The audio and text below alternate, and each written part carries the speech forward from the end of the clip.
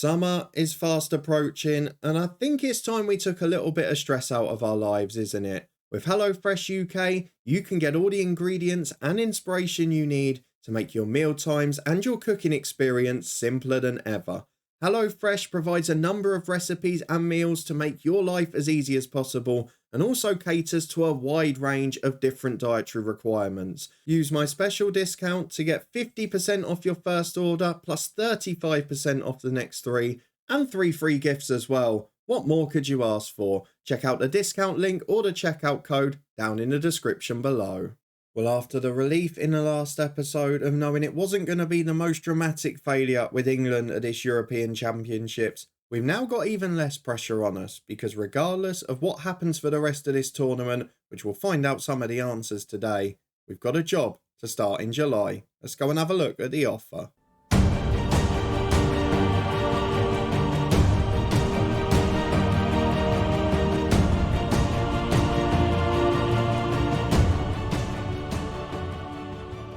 Yes, hello and welcome along to part 107 of the Head Coach with me, Daniel. We are back today to find a job offer, which is going to set us up for the next couple of years, possibly the final move of our save. But before that, we're going to get through this Denmark game off camera, and then I'll plan to show you the last 16, and if we get through it, the quarter-final of the Euro Championships. Fingers crossed we can keep our positive start to the tournament up. If you want to find out and you're looking forward to this one, do chuck a thumbs up on it. But we have got to start off the England trail completely with a job offer to move back to club football. What we're going to do is take the job offer, then we're going to focus on the rest of the Euros with England as if we're still just England manager, and then we'll do a fully dedicated introduction to that once we've finished our stint with the international team. Because in the real world, we wouldn't be going straight to focusing on our club at this point. But let's go to the inbox and put you out of your misery. I think most of you know what it's going to be. Because no, Manchester United have not made the same mistake twice. They rejected us last time because they wanted Ole Gunnar Solskjaer back for some inexplicable reason. And after finishing 14th, they have abandoned that plan. And they have come and got the big boys. We are going to be joining Manchester United. It's a better wage than we're on at England now. So let's go and start the negotiations. I want to try and push our wage up a bit because 105, not much of an increase. Let's see if we can get it up to 120. I think that would be nice, wouldn't it? 3-year contracts anyway. Very acceptable terms. We are happy to have you on board. Well, here we go. Eyebrows raised because we spent time away from club football, but we are the current England manager. Probably, I guess, the same as if you got Southgate into a top 6 club now. They'd say, what on earth are you doing? You've only managed a mid-table Premier League club. Philip Clement was the favourite, but we've managed to nick it. 244 wins in our career. That's not bad. We've also won 2 league titles, including the National League South with Maidenhead. We will come up against our former club Palace, and of course, they will have European football. That is basically going to be my aim for the first season. Get a good working tactic, keep people fit, and take advantage of not having midweek football. So let's go and get through the intro. Big reputation, big facilities, but the training ones aren't exceptional. Old Trafford is still at the same capacity. There is no assistant manager, as we alluded to. A lot of the coaching team are gone. We know the rivalry with Liverpool, and it's a good side. I don't know whether they're going to play 4-4-2. I think we'll go for a 4-2-3-1. I've had a brief look at what the squad's like. But Henry Ocon, we've got Jonah Hodgkinson as well, Duffy the left back, and also the centre half Deverlay, all at England internationals, and they are in this team. There are a few gaps, there is a lack of depth, but it is a good team, and I'm hoping without European football, we can give them a good season. We're not going to worry about all of that for now though. We'll do a full introduction in a few episodes' time. We're going to get back to focusing on England. We're going to get through this Denmark game. We're into the last 16 already. You can get the confirmation here. Now it's just about whether we win the group and who we're facing in our first knockout round. Back in a moment to find out. Well, we're back on the 30th of June, 6 days later, with a well-rested first 11, and we have got an opportunity here because Austria are a side that we played in that First Nations League group just like Slovakia, and we managed to do the double on them. It was a very narrow game, one of them though, but we're trying to avoid that this time. So Austria's a winnable game. They have got one of the best young strikers in world football though. He's on for Young Player of the Tournament at the minute, so I don't want to get too excited. But the rest of the team is looking pretty confident because they've had 6 days off, and the backup side, well, they managed to sneak a win against Denmark. 3 successive clean sheets, largely thanks to Charlie Setford in goal. and also an OG from Denmark, which helped give us the win when we weren't our best going forward, let's put it that way. We mentioned that it might be tricky with our first team out, but then Denmark did the same because they were already through too, so they rested their star striker and 2 or 3 midfielders, which gave us a much better chance. In the end, our backup team was just better than theirs. For Austria, we know that we've got a good opportunity. But a couple of years ago, we played them in 2 pretty interesting Nations League games. We got a 1-0 win away in Austria in our first game as England manager. Bukayo Saka scored that. And then remember that crazy game at home? We went 2-0 down, we had to come back, but we did manage to get the win. But let's go and get through to the fixtures. It is Austria versus England. Croatia have already progressed from the second round, as of France, Turkey, Italy, and more importantly, Spain, Netherlands and Bulgaria. Let's get through to the team selection though. This is the lot that played last time. I think what we're going to produce now is all change. We'll be back in a minute to run through the team. Well, we return to the 11 that played our first 2 group stage fixtures, and it's a team that we know can win. It's quality, it's balanced, and it's pretty settled at the minute. The one big concern is up front. We've got Chris Lewis, who is struggling because he's unhappy at Crystal Palace, and that is spewing over into his international form.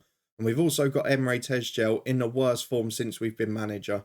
He just can't score at the minute. So we're going to leave him out for now. Chris Lewis will continue up front, and the rest of the team, you can probably name it in full, is as follows. It's Elijah Smith in goal, Livramento and Stansfield the fullbacks, with Parsons and Jabari Roberts at centre-half, Bellingham and Hodgkinson the midfield too, with Alfie Devine ahead of them, and then Saka and Klausdal out wide with Chris Lewis up front. Let's go and get into the last 16 game.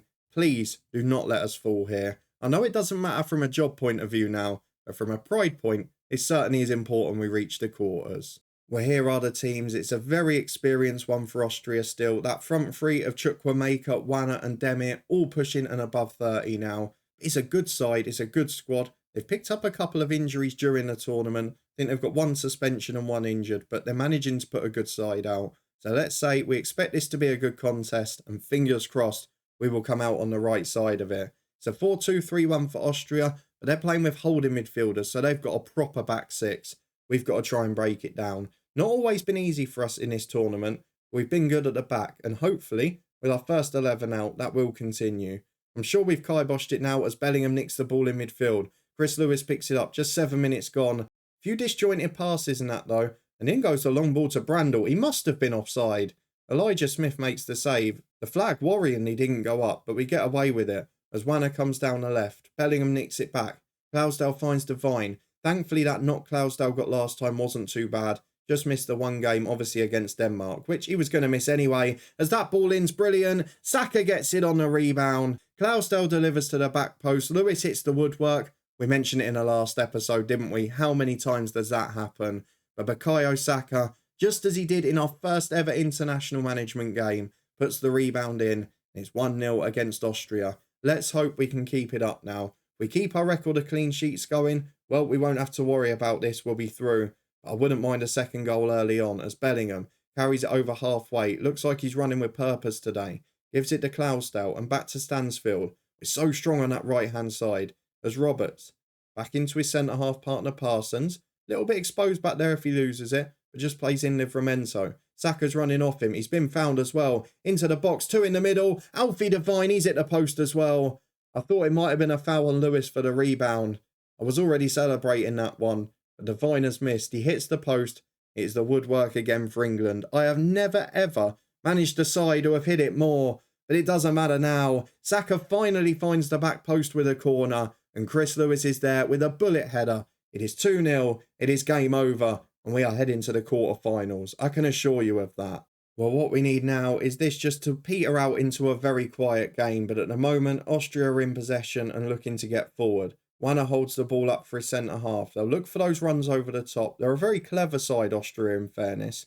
But they're not going anywhere at the minute. They pick the ball up in midfield. 27 gone. They look for that big one over the top. Livramento deals with it.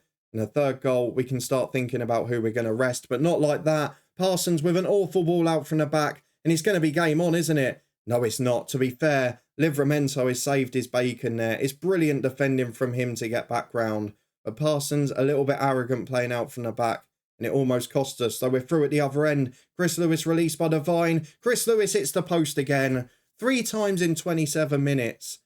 How many times are we going to hit the woodwork? I have never ever seen it with any club in this save, this year's FM or any other. It is a constant. That must be at least 15 in this tournament already, and we're only 3.5 games in. As Diety plays the ball out, Bellingham nicks it, gets in behind. It's brilliant run from him. In one-on-one, he's hit it as well. Oh my God, it's 4 in 31 minutes. Seriously, why is this team hitting the woodwork so often? I don't understand it. As Jabari Roberts plays to Bellingham, he finds Hodgkinson in the centre circle. Carries it to Livramento on the left. He cuts inside. Good ball to Saka, but he's well intercepted. And it's brought away, but Saka works hard. He wins it back again. Chance to cross. There's 3 in the middle. Play short to Hodgkinson instead. He goes back to Parsons. Into Livramento and Hodgkinson. Saka through to Devine. He's in one-on-one. Across goal to Lewis. It's blocked to Clousdale. And straight at the keeper. I mean, there's positives here. This is the best we've played against a decent nation in my whole time in charge. The negative is I have never seen a team waste so many good chances. And the woodwork thing is really starting to annoy me. I've got to watch out for Devine on a yellow card. But are we going to live to regret this? Because Austria are on the front foot. Yusuf puts the corner in. Headed away by Livramento. We saw it in some of those warm-up friendlies. Second half, we collapsed in games. As Wanner gets in, he's hit the post. The rebound's in. Of course, their deflection lands luckily, doesn't it? It's 2-1. Austria are back in this game. I'm so annoyed at the amount of chances that are wasted. And I just hope they don't get back into this. We're going to praise the lads because they're playing really well. But at some point, you've got to say take a chance. And I can't take the amount of woodwork hits. As Stansfield finds Devine. Flying challenge, which he evades to Bellingham. And Hodgkinson gives the ball away with a poor ball through. It's intercepted by Roberts and we're back on the attack with Livramento. Hodgkinson wide to Saka. That's better. Into Chris Lewis. Oh, he's put it over the bar. It looked easy at the score. And he's tried to be clever as we've got a throw on the left. 20 to go. We'll make changes after this. You can see Clousdale not fully fit just yet. Stansfield on a yellow. I'm going to have to check who's won from a suspension. As Livramento cuts into Devine. He's got options on the run. Bellingham found. He gives it to Clousdale. All the way back to halfway. I'm not sure what he's doing there. Hodgkinson chips in. Lewis one-on-one. He's finally taken a chance. It's 3-1. It's game over. Now let's have a quick look at the yellow card status. If we go back to the squad, who was 1 yellow from a suspension? Jude Bellingham and Bukayo Saka from the starters. So Saka we can probably take off, and Bellingham in fairness. Alfie Devine is going to come off too. He'll be replaced by Tezgel. Clousdale on the right wing, Ben Hames will come on. Stansfield is knackered, so let's get him off for Tally. And then we're going to go for Bellingham and Saka and just make sure they don't get one. Rio Williams on the left. Bellingham replaced by Henry Ocon. Now one of our club players, of course. 5 changes made, 20 to go. England should be in the quarters. Well, here we are with an Austria throw just a few minutes later. The last thing we want is them to get a second and make this nervy because we've not got the best team out at the minute. As it goes back to the centre half. Can they go for the long ball? They do. It's up towards the right back who doesn't get there. Roberts does though. He finds Tally to substitute. Chip forward towards Lewis, but he's not going to get on the end of that. Tezgel will though because the clearance is poor. He puts in Chris Lewis and he's completed a hat-trick. He should have had about 3 hat-tricks by now. We're 73 minutes gone. Austria are chasing the game and it is the position we want most. A chance to counter, a chance to break and a chance to nick the ball high up. Tezgel sets it up. It's scored by Chris Lewis. And it's 4-1 and game over as Ben Hames gets it to Ocon and Lewis again. Now we've got a chance to really embarrass them. Good save by the keeper. Behind for a corner. It is all England. We're looking confident. We're flowing. We're playing better football than we have for a long time. And yes, we've conceded our first goal of the tournament. It's been our most convincing display. 15 to go. We are 4-1 up.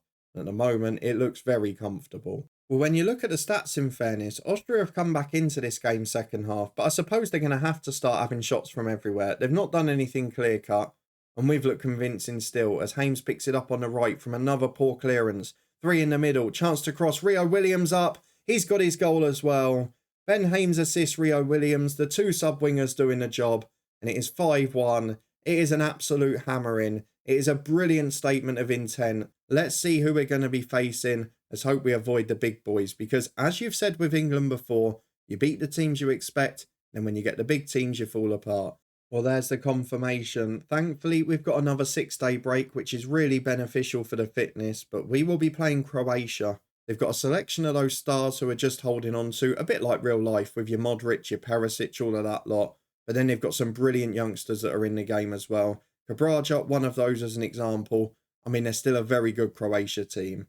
Let's go and get through to it in 6 days' time. Fingers crossed we can book our place in the semis.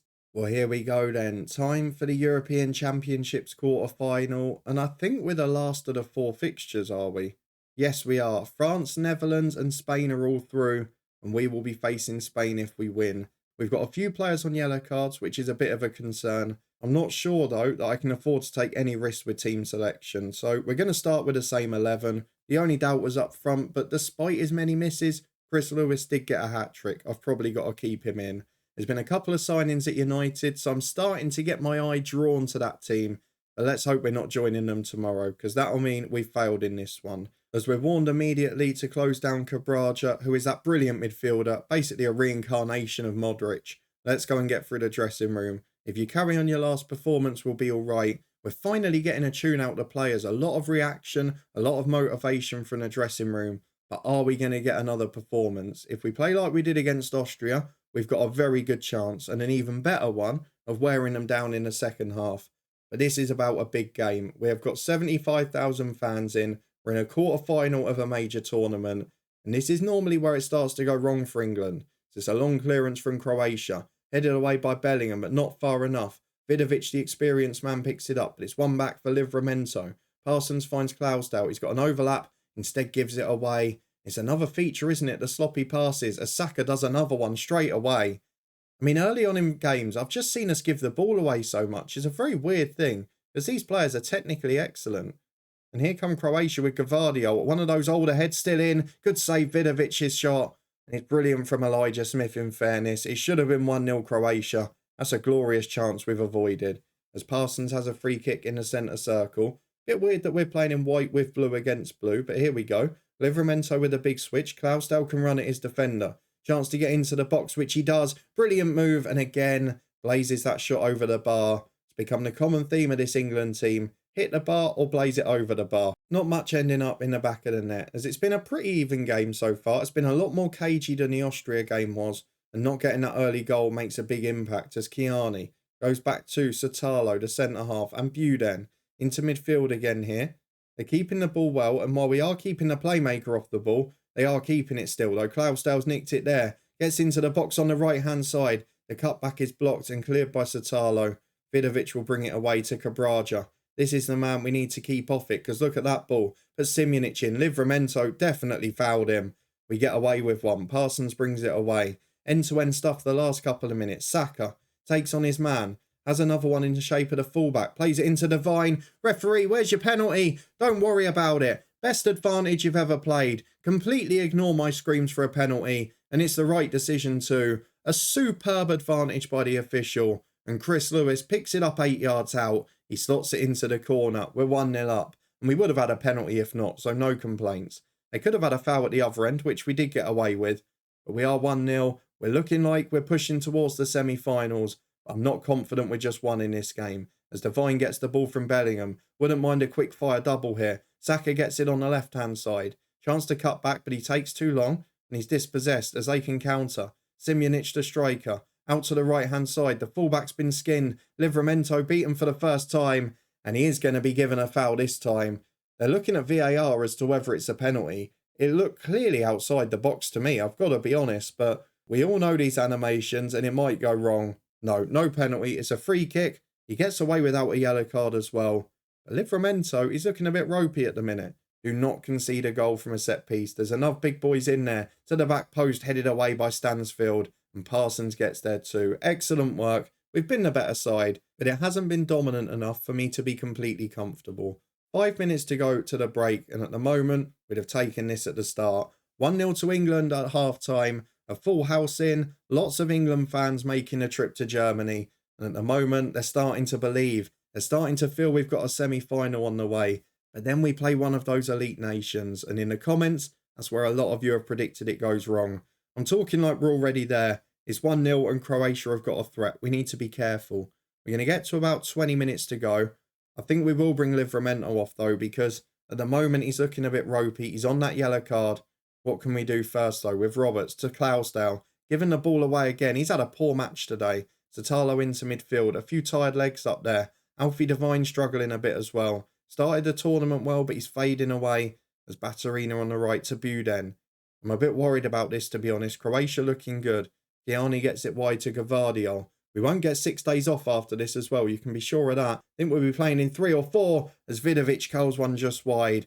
It's a very good effort. The keeper was worried, but it stays out. And with a quarter to go, Livramento will be replaced by Kelleher. We're going to bring off Devine for Emre Tezgel.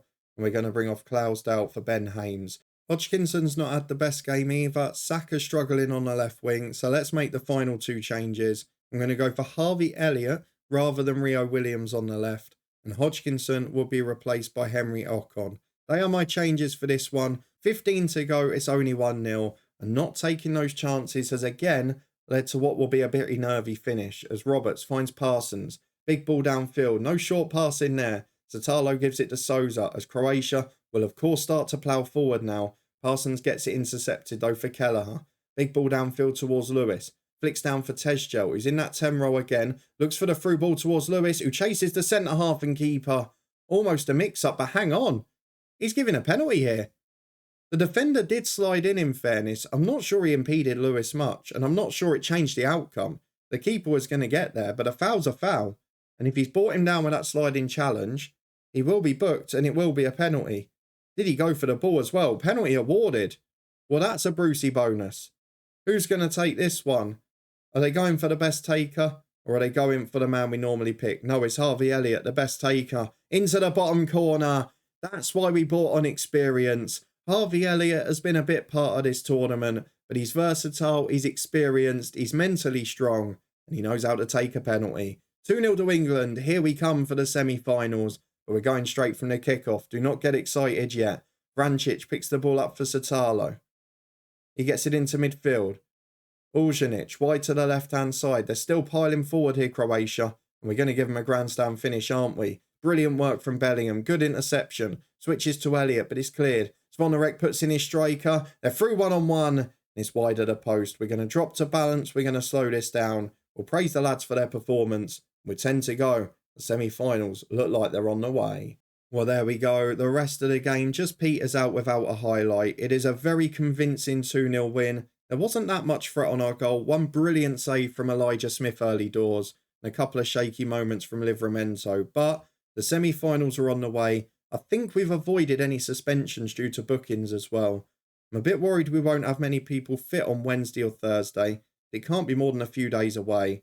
We will be playing Spain on Thursday night. It's first v second in the world rankings. Spain are an elite side, and that will be the focus of the next episode. But the good news is, even if we go out at this stage now, I'll say we haven't failed. Given the squad we've got, we've done really well. And most importantly, we've now got the big test against the top nation. When we often meet them, you see what happens to England. They normally fail. Are we going to be the man to put that right? It's going to be interesting to see how we get on against the next best side in the world. We'll be back next time out to find out the answer. Hopefully it will be a semi-final and a final we'll be showing next time. If not, it will be a semi-final and a reflection on another glorious failure. But we make it 4 clean sheets out of 5. 2 very good performances there.